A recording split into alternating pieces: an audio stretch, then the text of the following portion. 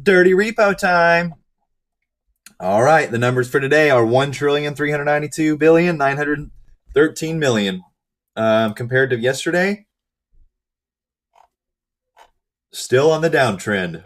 Interesting. Isn't it weird that when GameStop's on the uptrend, the Treasury repo's on the downtrend?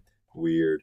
Number of counterparties is 77, up by 3. So although the overall amount is down, the number of counterparties is up. So the price accepted per counterparty should be more than yesterday.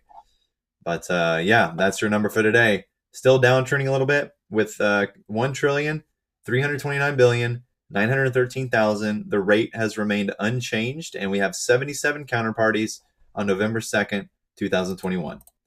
Other than that, I believe we checked the Treasury already. That's on the uptrend.